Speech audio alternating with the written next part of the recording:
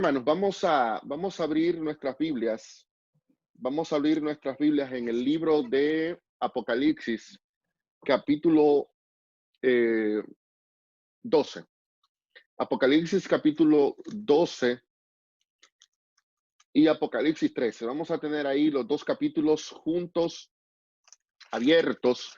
El libro de Apocalipsis hasta este momento muy pocas veces había hecho alusión a los grandes enemigos del pueblo de Dios.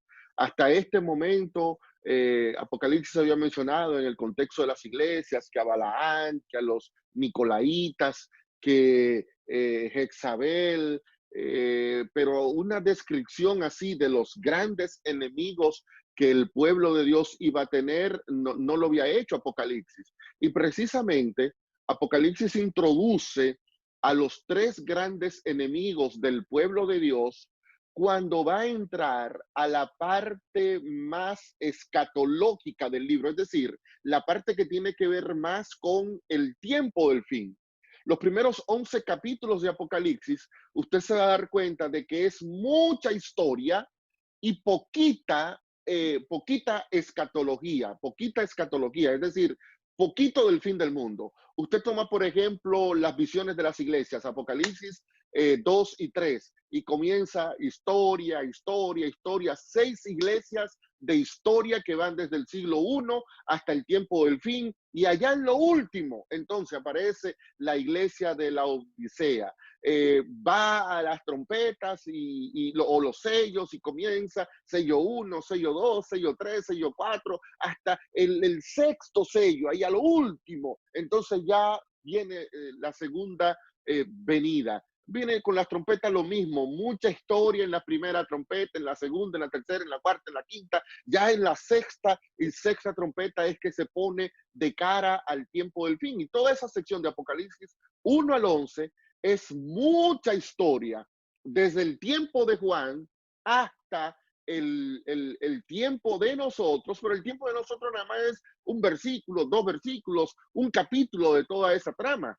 Pero Apocalipsis 12 hasta el 22 es poquita historia y muchos eventos finales. Así que al describir a los grandes enemigos del pueblo de Dios, precisamente en el contexto donde Juan va a hablar de la iglesia del tiempo del fin, del mensaje que tiene que dar esa iglesia en el tiempo del fin, de los eventos que van a terminar con el fin del mundo, Juan entonces se toma el tiempo de presentarnos a los grandes enemigos del pueblo de Dios ya de una manera detallada, lo desenmascara, le quita el velo. Y entonces Juan comienza hablando de que vio un dragón en el cielo, vio una bestia que surgió del mar, y en el 13:11 habla de una bestia que surgió de la tierra. Note que aquí tenemos los tres componentes de las cosas que nosotros conocemos. O sea, todo lo que nosotros conocemos lo podemos dividir en cielo, mar, donde está el agua, y tierra. Apocalipsis entonces nos está presentando la universalidad de los enemigos del pueblo de Dios.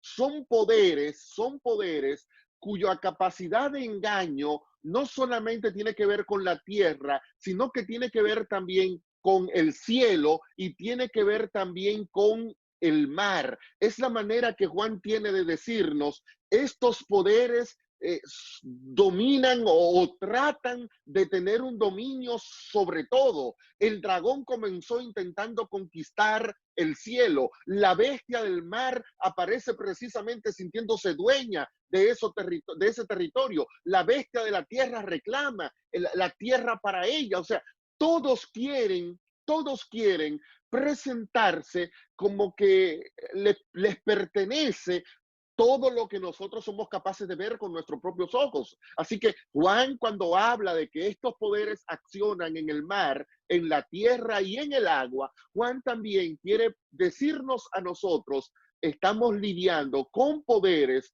cuya influencia y cuya trascendencia no es local. Tienen una influencia que abarca todo lo que nosotros conocemos en este mundo.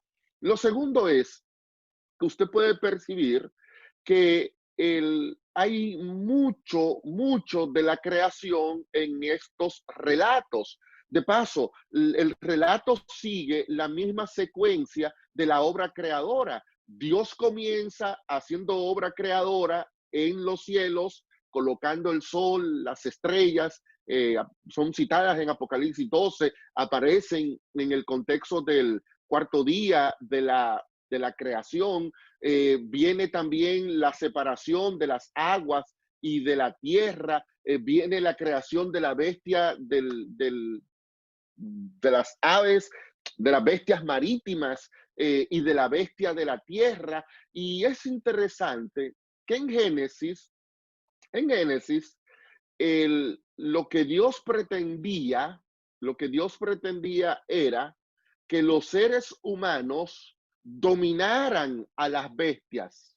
Pero en Apocalipsis 12 y 13 estamos viendo que hay un reversal de la creación. Está ocurriendo exactamente lo contrario a lo que Dios se había propuesto. Lo que Dios le dijo a Adán es, tú ejercerás, a Adán y a Eva, a los dos, no solamente a Adán, a los dos, a la pareja, al ser humano creado cuando lo coloqué en el Edén. Dios le dijo, ustedes se enseñorearán de las aves del cielo, de los peces del mar y de la bestia que están en la tierra. Note de que el hombre era señor. El hombre era señor de las aves del cielo, es señor de las bestias de la tierra y es señor de los peces del mar. Pero acontece que en Apocalipsis 13, el dragón que está en el cielo y que luego es lanzado a la tierra, la bestia que surge del mar y la bestia que surge de la tierra, los tres han establecido un dominio sobre la humanidad. Ahora son estas bestias las que le dicen al hombre, tú me haces esto, me hace aquello. Son estas bestias las que obligan a los moradores de la tierra, a los habitantes, a adorarla. Es decir, que ahora está ocurriendo exactamente lo contrario a lo que Dios había previsto. Dios había previsto que el ser humano dominara a esos elementos, pero ahora en la visión de Juan, simbólicamente nos encontramos que los elementos que debieron ser dominados por el ser humano aparecen precisamente ahora ejerciendo una función sobre el ser humano creado por Dios. Ahora el ser humano está por debajo. En lugar de ser señor de estos poderes, Apocalipsis 12 y 13 presentan a estos poderes ejerciendo un señorío, una autoridad, un dominio sobre los seres humanos. Ahora, Juan especifica, ¿quiénes son esos seres humanos que se rebelan contra el orden creador y se someten a la autoridad de los elementos que debieron estar sometidos por ellos? Bueno, Juan va a decir en Apocalipsis 13:8 que la adoraron los habitantes de la tierra cuyos nombres no estaban escritos en el libro de la vida del Cordero desde el principio. Así que Juan está diciendo, no, espérate. No todos los seres humanos, no todos quedaron dominados por estos poderes. Estos poderes quedaron dominados o estos poderes dominaron a los que no quisieron tener un pacto con el Cordero. Y esto es importante que nosotros podamos resaltarlo, porque el mensaje de la creación forma parte precisamente del mensaje que tiene que darse en el tiempo del fin. El primer mensaje precisamente es un llamado a adorar a aquel que hizo el cielo, la tierra, el mar, la fuente de las aguas y todo lo que en ellos hay. Apocalipsis precisamente está llamando a una restauración del orden que Dios había establecido en el Edén terrenal. Esa marcha de Apocalipsis 12 precisamente va a terminar en Apocalipsis 21 y 22, cuando otra vez el orden de la creación logra ser impuesto nuevamente en una tierra que será hecha nueva y donde las cosas que nosotros vemos pasaron. El desafío entonces que tenemos los creyentes en este preciso instante es que ese proceso restaurador de la obra creadora de Dios comience a darse en nosotros ahora.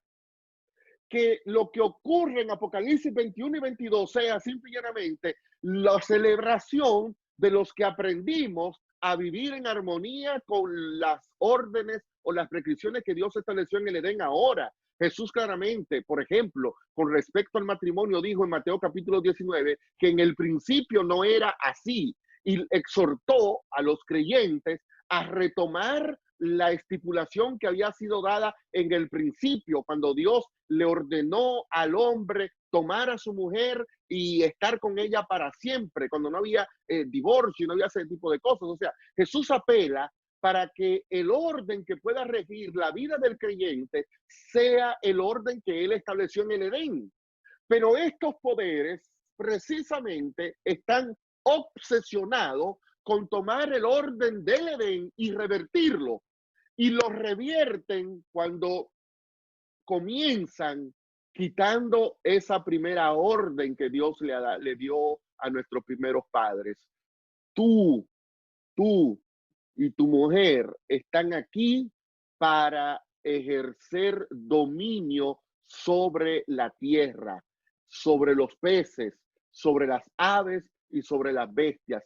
Tú no estás aquí para dejarte dominar, pero los poderes de Apocalipsis 12 y 13 tiran ese orden edénico al traste y comienzan a convertirse ellos en los agentes que van a dominar a los moradores de la tierra. Tú y yo, bajo ninguna circunstancia, debemos permitir que esos elementos nos dominen. Noten, yo no estoy hablando del simbolismo, todo. No estoy diciendo lo que simboliza, estoy tratando de que veamos el texto de manera llana, lo que el texto le dice a cualquiera que no pueda entender el simbolismo. No es natural, no es normal que nosotros aceptemos las ideas, las enseñanzas, la doctrina, la manera de vivir de un animal.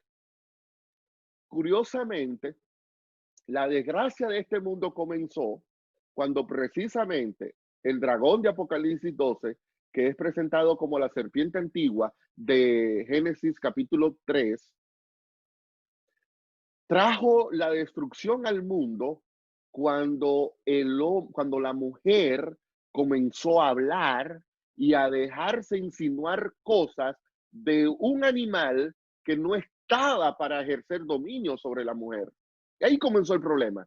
Y Apocalipsis 13, 12 y 13 precisamente vuelven a poner el problema en el tiempo del fin con la misma dificultad que tuvimos en el principio, creerle a lo que no debemos creerle. Y esa es la gran tragedia de los moradores de la tierra. Le están creyendo a poderes de mentira, como le dice San Pablo en 2 de Tesalonicenses 2, a espíritus de demonios, como lo va a describir Apocalipsis capítulo 16, a entidades espirituales y políticas cuya meta es tirar por tierra el orden divino. Nosotros estamos llamados a desafiar ese orden. Por eso nos vamos a meter en problemas, porque nos toca desafiar ese orden y someternos al orden que Dios estableció en el Edén. Seguir el consejo de los apóstoles en Hechos 4. Nos tocará obedecer a Dios y no a esos elementos que no están para darnos órdenes a nosotros, sino que más bien somos nosotros los que debemos ejercer dominio sobre ello. Estos poderes no solamente quieren revertir el orden que se dio en el Edén.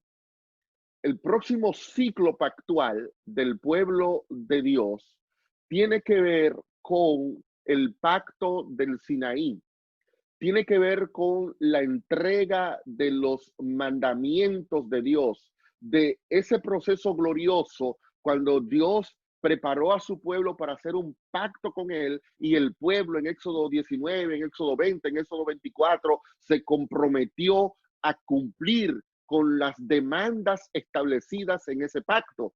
Y Dios, que es una persona sumamente pragmática, con mucho sentido común, no inventó 1521 leyes como inventaron los judíos en el tiempo de Cristo. No, Dios solamente dijo, miren, estas son las 10 cosas que ustedes tienen que guardar para cumplir el pacto.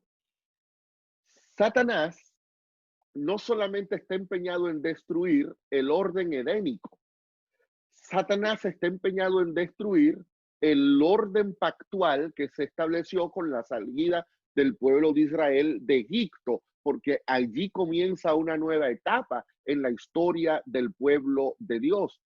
No deja de ser interesante que es precisamente en esta última sección del libro de Apocalipsis cuando más alusiones hay al tema del Éxodo. De hecho, en Apocalipsis 11 a Egipto se lo menciona por nombre. En Apocalipsis 12 hay alusiones al Éxodo de manera directa, cuando Juan dice que Dios tomó a la mujer como con alas de águila y la llevó al desierto. Es una alusión al capítulo 19 del libro de Éxodo. En Apocalipsis 15 se va a hablar del cántico de Moisés. En Apocalipsis 16 se va a mencionar las plagas que tienen mucho parecido con el tema de las plagas de Egipto. Y Apocalipsis 21 y 22 nos van a presentar a esa versión de la tierra nueva para los redimidos, que en el caso de nosotros no es la Canaán terrenal, sino la Canaán celestial. Así que hay mucho del Éxodo en esa partecita. Por eso es que en esa partecita también hay tanta alusión a los mandamientos de Dios. Antes de Apocalipsis 11:18, que es cuando comienza la visión que incluye Apocalipsis 12, 13 y 14, no encontramos en el libro de Apocalipsis ninguna alusión a los mandamientos de Dios, pero a partir de allí comienzan a intensificarse la presencia de los mandamientos divinos. En el versículo 18, cuando se presenta el arca del pacto, que Juan dice que la ve, evidentemente es una alusión directa a los mandamientos divinos. En Apocalipsis 12:17 se dice que el remanente guarda los mandamientos de Dios. En Apocalipsis 14:12 se va a decir que aquí está la paciencia y la fe de los santos, los que guardan los mandamientos de Dios. Y en Apocalipsis 16 se va a presentar precisamente lo que va a ocurrir con los que no quisieron respetar el pacto divino. El pacto divino en Levítico 26 tenía bendiciones y maldiciones. En Apocalipsis 16, 17 y 18 estamos viendo el derramamiento de las maldiciones que venían como resultado de la transgresión de las leyes del pacto. Y en Apocalipsis 21 y 22 vamos a ver las bendiciones que recibirá el pueblo precisamente por obedecer las leyes del pacto. En Levítico 26 se le había dicho al pueblo: no tendrás enfermedad, tendrás paz, no habrá guerra. Y eso es lo que nosotros vamos a encontrar en la tierra prometida, el cumplimiento de las bendiciones del pacto al pueblo que se comprometió con guardar el pacto. Así que el tema del pacto y de los mandamientos cobra un protagonismo vital en esa última parte de Apocalipsis. Y por ello también los poderes de Apocalipsis 13, el dragón, y yo digo que el dragón también aparece en Apocalipsis 13 porque el versículo 1, cuando dice me paré, la Reina Valera, en realidad los manuscritos griegos más antiguos no dicen me paré, como que fue Juan el que se paró, dice y se paró sobre la arena del mar, refiriéndose al dragón. El primer versículo de Apocalipsis 13 introduce la presencia del dragón en el escenario y es el dragón el que precisamente hace surgir del mar a la bestia, a la primera bestia, la bestia del mar. Pero el caso es que así como estos poderes quieren revertir el vínculo edénico que Dios quiere para su iglesia en el tiempo del fin, estos poderes también quieren tirar por tierra el pacto del Éxodo que Dios quiere restablecerlo con el remanente del tiempo del fin. ¿Y cómo lo hacen? Pues los poderes de Apocalipsis 13 lo hacen de una manera muy sutil. Lanzan un ataque, pero bestial, como lo que son, ¿no? Son bestias, contra los mandamientos que tienen que ver con Dios. No hay un ataque a los mandamientos que tienen que ver con la segunda parte de la ley, los mandamientos que tienen que ver con el prójimo. Todos están de acuerdo que tú tienes que respetar a tu mamá, todos están de acuerdo que tú no puedes hablar mentira, que tú no puedes robar, que tú no puedes codiciar, que tú no puedes cometer adulterio. O sea, nadie tiene problema con eso, ni siquiera estos poderes infernales. Esa parte de la ley, ellos están dispuestos a respetarla, pero en Apocalipsis 13 vemos que con mucha soberbia estos poderes toman la primera y la rompen en mil pedazos. No tiene ningún compromiso con ella. El primer mandamiento dice, no tendrás dioses ajenos delante de mí. Nadie, nadie debe recibir una adoración como la merece nuestro Dios, el único. Sin embargo, sin embargo, vemos en Apocalipsis 13 que aunque el primer mandamiento es muy claro, no puede haber otro Dios fuera precisamente del Dios que está firmando el pacto con Israel.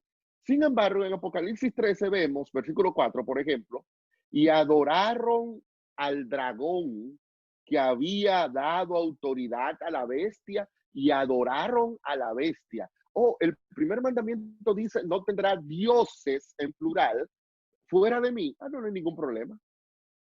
Vamos a nosotros, vamos a poner, por lo menos a poner dos aquí. Me adoran al dragón y me adoran a la bestia. El primer mandamiento entonces está siendo invalidado. Hay un ataque, la primera acción que encontramos en Apocalipsis 13, precisamente es un ataque contra el primer mandamiento de la ley de Dios. Hay un ataque contra Dios. Hay que quitar a Dios del camino. Y tenemos que decirle a esta gente que lo que Dios ha dicho no vale y que ahora nosotros, el dragón y la bestia, somos los nuevos dioses a los que ellos tienen que adorar. Y los moradores de la tierra, ignorando el pacto del Sinaí, pues ahí van como oveja al matadero y rinden su adoración a esos poderes. El segundo mandamiento dice que tú no podías crear imágenes con fines idolátricos de ninguna cosa creada, ni abajo, ni arriba, ni en la tierra, o sea, en ninguna parte.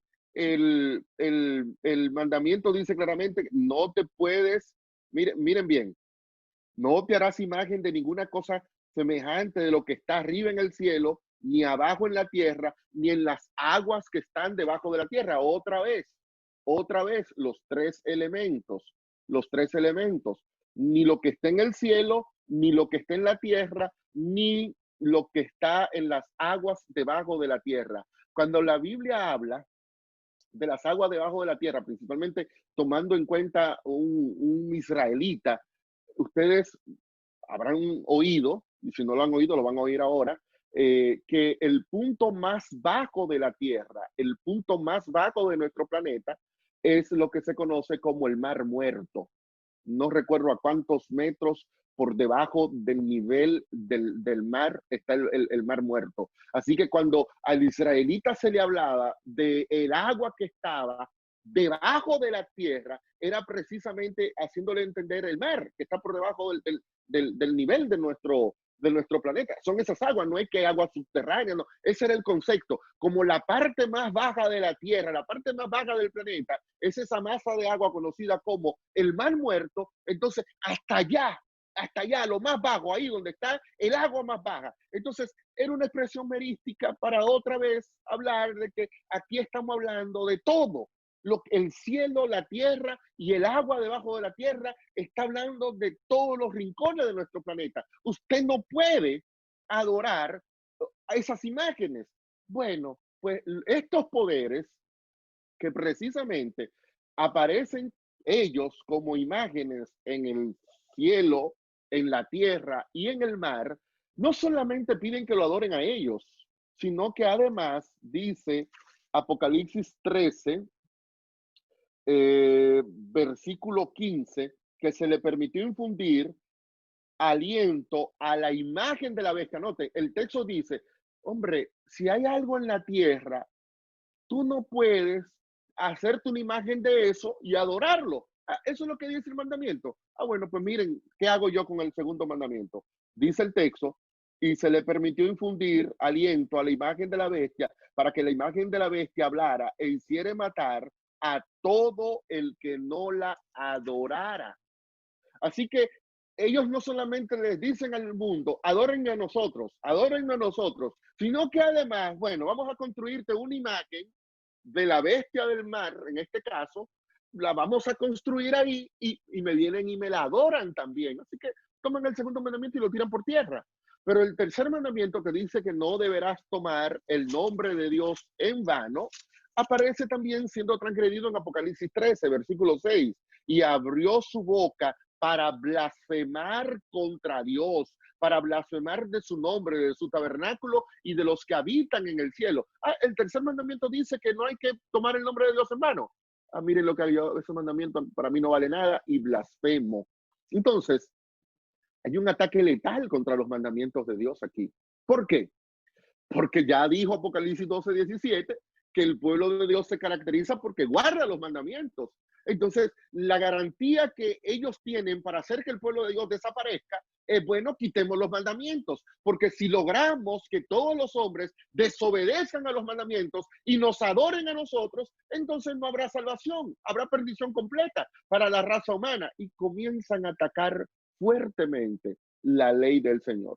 Los adventistas, por X o Y razón, no me importa la razón ni vale la pena que la discutamos, siempre hemos creído que es solamente el sábado. Y hermano, es el sábado. Y a veces estamos defendiendo el sábado, pero estos tres mandamientos nos quedamos callados cuando vemos delante de nuestros ojos que lo están transgrediendo esos mismos grupos religiosos. Entonces, no es solamente el sábado, no es solamente el sábado, es toda la tabla que tiene que ver con Dios. Por eso, Elena de White hace una declaración donde ella dice que el plan de salvación no solamente tiene que ver, el plan de redención, es la frase que ella usa, que el plan de redención no solamente tiene que ver con la salvación del pecador, sino que también tiene que ver con la vindicación del carácter divino, porque Satanás no solamente ha lanzado un ataque contra nosotros para que nos perdamos, sino que también ha tomado el carácter de Dios y lo ha puesto en tela de juicio, lo ha cuestionado. El nombre de Dios está también jugándosela en este proceso que nosotros llamamos conflicto cósmico. Su nombre también está siendo cuestionado y por eso ese ataque letal de Satanás contra los mandamientos que tienen que ver con Dios. Vimos claramente que los primeros tres mandamientos han sido transgredidos, pero yo sé que usted estará preguntando, ¿y dónde está el sábado en Apocalipsis 13? ¿Dónde está? Porque nosotros hacemos mucho énfasis en el sábado, pero ¿y por qué el sábado no está tan claro? Porque los demás mandamientos sí están muy claritos. Bueno, la forma en la que este poder aparece violando el sábado en Apocalipsis capítulo 13 es cuando hace lo siguiente, versículo 16, y hacía que todos, pequeños y grandes, ricos y pobres, y esclavos, se les pusiera una marca en la mano derecha o en la frente, y que ninguno pudiera comprar ni vender, sino el que tuviera la marca o el nombre de la bestia o el número de su nombre. Esta es la famosa marca de la bestia, que en Apocalipsis 14, en el último mensaje, versículo 9 en adelante, se advierte claramente que si alguno adora a la bestia y a su imagen y recibe la marca en su frente o en su mano, este también beberá del vino de la ira de Dios que será vaciado puro sobre esos que se rebelen contra Dios y que acepten la marca de la bestia. Noten, noten el vocabulario de la marca. Es un mandamiento universal. Hacía que todos, no es que un grupito aquí, no, que que dijeron allí ahora que el culto tiene que ser el domingo y que ya eso es la ley dominical, como andaban diciendo algunos hermanos ahí y reproduciendo ese audio. No hay problema con que lo hayan hecho, pero a veces uno hace las cosas así sin pensarla bien. No, no es eso, porque aquí está hablando de algo que es universal. Todos, todos, y noten la terminología, pequeños y grandes, ricos y pobres, libres y esclavos. Está hablando de algo que no deja afuera a nadie. Ustedes se saben de memoria este mandamiento que dice así: no hagas en él obra alguna. Estoy leyendo en Éxodo 20:10. Ni tú, ni tu hijo, ni tu siervo, ni tu criada, ni tu bestia, ni el extranjero que está dentro de tus puertas. El vocabulario del sábado es un vocabulario universal. Cuando nuestros hermanos evangélicos dicen, ese sábado fue para los judíos, ni siquiera se han tomado el tiempo de leer el texto, porque noten que el texto dice, ni tú, pero tampoco el extranjero. O sea, el cuarto mandamiento, aunque se le está dando a Israel, está incluyendo a los extranjeros como parte de los signatarios de ese pacto. Ni tú ni el extranjero, ni tú que eres el jefe, pero tampoco tu criado, ni tú que eres la mamá, pero tampoco tu hijo. O sea, es el mismo vocabulario que se aplica a la marca de la bestia en Apocalipsis 13. El sábado tiene un vocabulario universal que es para todos, pues la marca de la bestia también tiene un vocabulario universal que es para todos. El sábado es un mandamiento que conlleva efectivamente que usted no pueda comprar ni vender. En el libro de Nehemías, capítulo 13, claramente se le dijo a los israelitas que una vez y se cerrara la puerta de entrada a la ciudad, cuando el sol se pusiera, nadie podía andar ni comprando ni vendiendo en las horas sagradas del día de reposo. Bueno, pues la marca de la bestia toma ese mismo vocabulario. Si usted no tiene la marca, ahora usted no va a comprar y tampoco va a poder vender. El sábado, no tenemos tiempo ahora para ver eso, pero la estipulación o la entrega de los mandamientos en Israel siguió el orden de los contratos pactuales que se realizaban en las antiguas culturas semitas. Y una de las partes de ese contrato conllevaba que ese contrato fuera sellado. No había pacto si ese pacto no incluía un sello.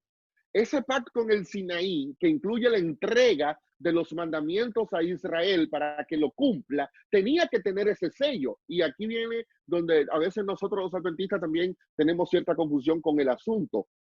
Y decimos, oh, el sábado es el sello de Dios. No, el sábado no es el sello de Dios. El sábado es el sello que Dios colocó sobre su pacto. Si usted quita el sábado de la ley, usted puede ver que cualquiera pudo haber dado esa ley, cualquiera pudo haber dado esa ley, pero el sábado es el que te dice, no, no, no, espérate, esa ley no la dio cualquiera, esa ley la dio Jehová, el creador, el que sacó a Israel de Egipto. Deuteronomio 5 va a decir el que los redimió, el que hizo el cielo y la tierra en 6 días, pero en el séptimo día reposó. Noten que el cuarto mandamiento tiene el nombre de Dios, Jehová, el título de Dios, el creador, y tiene el número de Dios, el séptimo día reposó y acabó. Dio por perfecta la obra que había hecho. Isaías 8:16 va a decir claramente que Dios precisamente selló la ley entre sus discípulos, pero ese sello que Dios puso en su ley es el sábado. Así que no podemos nosotros confundir eso. El sábado es el sello que Dios puso sobre su ley. La marca de la bestia tiene precisamente los elementos que tiene el sábado. Tiene el nombre de la bestia y tiene el número de la bestia. que en el último versículo del capítulo se va a decir que es el 666, un número simbólico, ¿verdad? Para aludir a, a la parte más humana de nosotros, la parte que está en completa rebelión contra Dios. Pero no quisiera extenderme con eso. Lo que quiero que veamos en este punto es que la marca de la bestia no es más que un falso sábado, porque todos los elementos de la marca de la bestia están sustituyendo a lo que la Biblia dice con respecto al sábado. Por eso es que los adventistas tenemos 170 años diciendo que la marca de la bestia es la imposición del domingo como día de reposo. Y debemos subrayar esa frasecita, esa palabra, la imposición. ¿Por qué la imposición? Porque nadie en este momento, nadie, bueno, no, hoy sí, hoy los hermanos evangélicos fueron a sus iglesias. Ellos no estaban recibiendo la marca de la bestia, no la estaban recibiendo, ni la tienen. Pero pastores están adorando en un día falso. Pero no, es que la marca de la bestia conlleva una actitud impositiva. Y a esos evangélicos y católicos que fueron hoy a sus iglesias, nadie los obligó, nadie los obligó. Apocalipsis 13 dice claramente que manda a todos, manda. Entonces, esos hermanos tienen un problema de naturaleza teológica, creen que el domingo es el día de reposo porque no han recibido la ley, porque por la razón que sea, no conocen los mandamientos, por la razón que sea. Pero ellos no están bajo una actitud de rebelión abierta contra Dios porque ellos no están guardando o no están participando de la marca de la bestia como un acto de adoración, que ese es el otro elemento. En Apocalipsis, creo que 6 veces aparece la marca de la bestia. En Apocalipsis 13, en Apocalipsis 14, por supuesto, en Apocalipsis 16 y en Apocalipsis 19. Y siempre la marca de la bestia está eh, eh, vinculada a un acto de adoración a la bestia. Pero hoy nuestros hermanos evangélicos y católicos no adoraron a la bestia. No fueron el domingo porque están obligando y vamos a adorar a la bestia. Porque todas las veces la marca de la bestia incluye también adoración. Adoración a la bestia. Por eso es que ir a la iglesia en domingo no es que yo tengo ya la marca, porque eso yo no lo estoy haciendo como una ley que me está a mí obligando a adorar a la bestia. Y eso precisamente, eso descarta por completo esas cuestiones que a veces nosotros, por estar oyendo evangélicos, y a veces yo me enojo, no con los hermanos no me enojo, pero con los pastores sí. Ahí me escribió alguien de uno de nuestros pastores que iba a explicar la marca de la bestia y entonces ya comenzó a hablar del chip. ¿No? A un pastor eso no se le puede tolerar. Hay que desemplearlo en el acto. Por eso yo no soy presidente de un campo local, porque yo, sin preguntarle, es más, ni que venga, le mando la carta, mire, usted está desempleado por andar enseñando cosas que esta iglesia no cree. Pero a veces los hermanos oyen pastores evangélicos porque no distinguen, se ponen a leer cuestiones en Facebook, en YouTube, una cuestión que le mandó otro hermano por WhatsApp, y entonces se popularizó mucho entre nosotros el tema del chip en estos tiempos, en estos días. El chip, que es el código de barra, cuando salió el código de barra, el chip, supongamos que es verdad que me van a poner un chip, supongamos que es verdad, que eso nada más lo saben los evangélicos que andan como gallo loco hablando de eso, pero eso no se ha tratado en ninguna parte. Pero supongamos que es verdad, que si me vacuno con el COVID-19, me están poniendo también un chip. Bueno, ¿significa eso que yo estoy adorando a la bestia? Eso no tiene que ver nada con adoración. Porque la marca de Apocalipsis 13, la imposición del domingo como día de reposo, es un acto de adoración. Y por eso es que el que no se somete a ese acto de adoración, le van a cortar la cabeza. Nosotros, hermanos, sabemos que ese proceso, como lo presenta Apocalipsis 13, va a comenzar con la bestia de la tierra, que nosotros hemos llegado a la conclusión de que es una representación de los Estados Unidos de Norteamérica. Si usted me pregunta a mí, ¿cómo se hará eso? Yo voy a decir lo mismo que dijo la hermana White cuando le preguntaron que cómo sería el proceso del establecimiento de la marca de la bestia. Y bueno, yo no lo sé. Hay muchas cosas que el Señor irá revelándole a su pueblo en el futuro. ¿Cómo será que se impondrá el domingo como día de reposo? Yo no lo sé. Y saben una cosa, yo creo que va a haber una ley dominical. Y creo que va a haber una ley dominical porque yo creo en lo que dice la Biblia y en lo que dice el Espíritu de Profecía. Pero, humanamente hablando, yo no veo la más mínima posibilidad de que eso se pueda implementar en este país. Hoy, ¿cómo estamos hoy? A 7 de junio del 2020. Y la ley dominical que va a lograr que se expanda la observancia del domingo por todo el planeta es la que va a comenzar en los Estados Unidos, y así lo establece Elena de White. No es una ley dominical que va a comenzar en Dominicana o en Ucrania o en Argentina. No, no, no, no, no. Es una ley dominical impulsada por la bestia de la tierra. Eso va a conllevar que se cambie la constitución de este país. En este país, la constitución claramente establece que usted puede adorar hasta el diablo. En California hay una iglesia donde se adora al diablo y la gente entra y aquí vinimos a adorar a Satanás y nadie puede meterse con eso. Nadie, porque usted tiene derecho a hacer con su vida lo que quiera y está protegido por las leyes de este país. Eso va a cambiar, eso va a cambiar. ¿Cuáles son las circunstancias que harán que eso cambie? Eso es lo que Elena de White dijo, yo no lo sé. Y yo, que sé menos que Elena de White, también digo, yo tampoco sé cuáles serán las circunstancias que se van a dar. No, que es que el problema económico de Estados Unidos y que el papado, a veces nosotros decimos tantas tonterías por libritos que leemos, que el papado tiene para pagar la deuda externa de los Estados Unidos. Por Dios, por Dios, por Dios. Puede comparar esta. El papado lo que tiene es, ¿cómo es que se llama esto que ustedes ponen en las paredes? Cuadros, pinturas, esculturas, monumentos. Creo que el papado es más rico que Estados Unidos, por Dios, por Dios.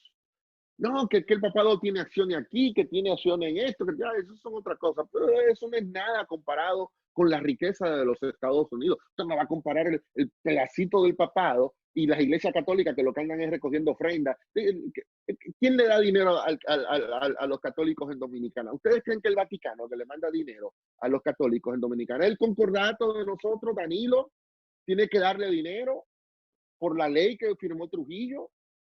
Entonces, no es que el Vaticano tiene, son los mismos pueblos de nuestros impuestos los que tenemos que mantener ese sistema católico. No es verdad que cuando Estados Unidos entra en bancarrota, que el papado va a venir a decir, ¿cuánto es que tú debes? Ah, yo debo, que si yo, ¿cuántos billones de dólares? Ah, yo te lo pago porque yo tengo dinero. No, no, no, eso no, no. Son teorías y cosas que uno inventa, pero en realidad, la misma Sierra de Dios dijo, yo no sé cómo va a darse ese proceso.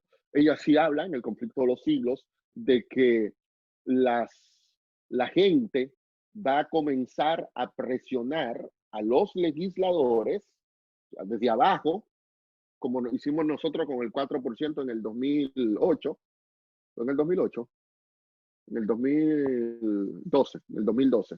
De ahí que pancartas y todo, entonces comienza el pueblo a presionar la implementación del 4% y entonces el gobierno reacciona. Eso sí lo dice ella en el conflicto de los siglos, que la gente va a comenzar a exigirle a los senadores y a los representantes que impulsen eso, que impulsen eso. Hermanos, yo vivo en Estados Unidos Y eso no es verdad que se está discutiendo. No es verdad que se está discutiendo. Que se podrá discutir mañana, sí, pero miren, yo apuesto lo que sea, que la preocupación de Donald Trump en este momento no es una ley dominical, no lo es.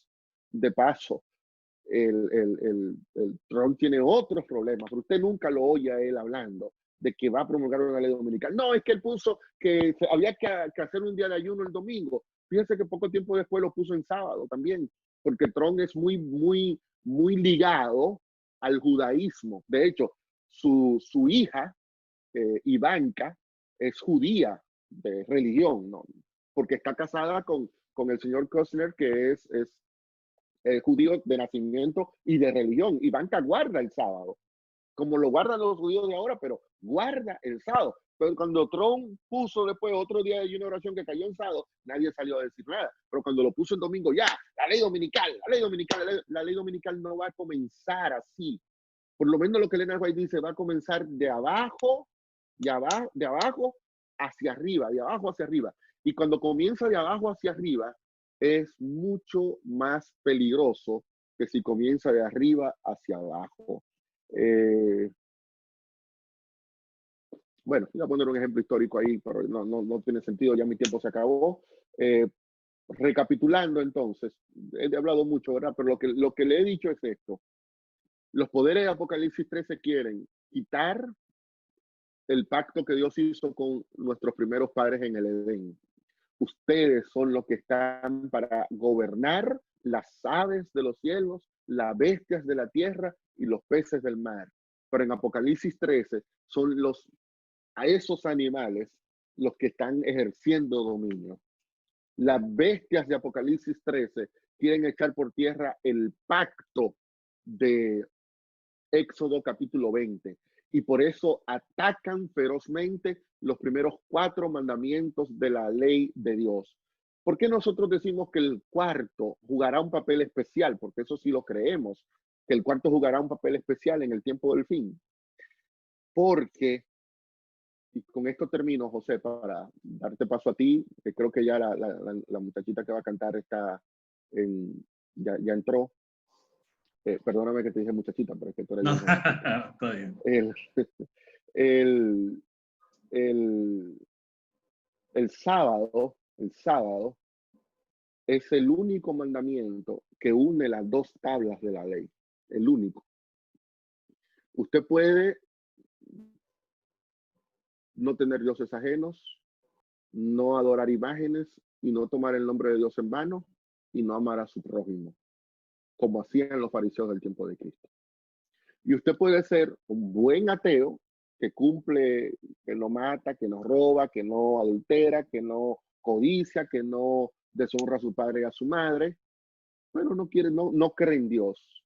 Pero el sábado une las 2 tablas, porque el sábado yo no solamente entro en comunión con mi Dios, el sábado yo también entro en comunión con mi prójimo. Y así como yo entro en un reposo espiritual de adoración al Dios que me creó, yo también permito que mi hija, que mi criado y el extranjero que está dentro de mi puerta, que es mi prójimo, también entre en ese reposo físico y espiritual en el que yo estoy participando. Violar el sábado conlleva violar todos los mandamientos de la ley. So, en una de las declaraciones más impactantes de Elena de White, la sierva de Dios escribió: el que guarda correctamente el sábado cumple toda la ley, porque en el sábado yo demuestro que amo a Dios y demuestro que amo a mi prójimo. Los poderes de Apocalipsis 13 no quieren ver eso en mí. Por eso atacan la ley y atacan especialmente el sábado, imponiendo un descanso dominical para que ese aspecto de el amor que yo tengo por mi Dios y el amor que yo tengo por mi prójimo no logre reflejarse en mi vida. Y si eso no se refleja, entonces yo caeré en la trampa de estar entre los moradores de la tierra que adorarán a estos poderes demoníacos.